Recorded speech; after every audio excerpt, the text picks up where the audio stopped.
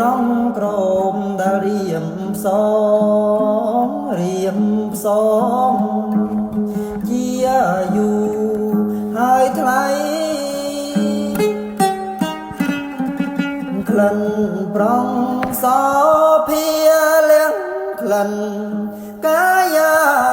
ប្រាំងប្រាសេនាធរណីវោសាមកដល់ទើបយល់ឆវីបីបនធ្នមបានបងខំស្កាត់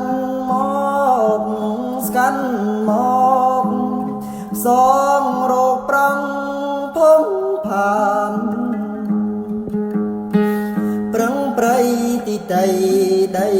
ឋានទៅព្រាមបានជួបប្រានកលយានស្នេហ៍ស្នងប្រងក្រម៉ៃពីថ្ងៃនិញហើយកែវវាយកុំឡាយចោលបងរៀមនឹងថ្នមថែក្បែរនួនឡងដែលបងមេត្រី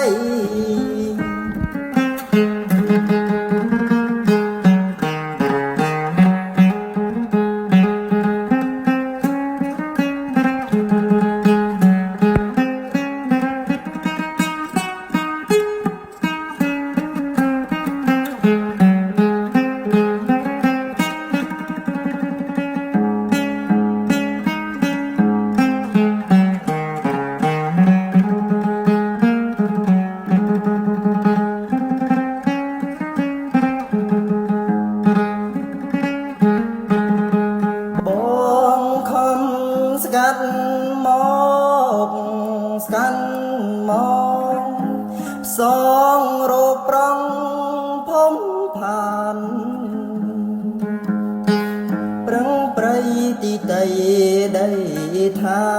នទៅព្រាមបានជួបប្រាំងកលយានស្នេហ៍ស្នង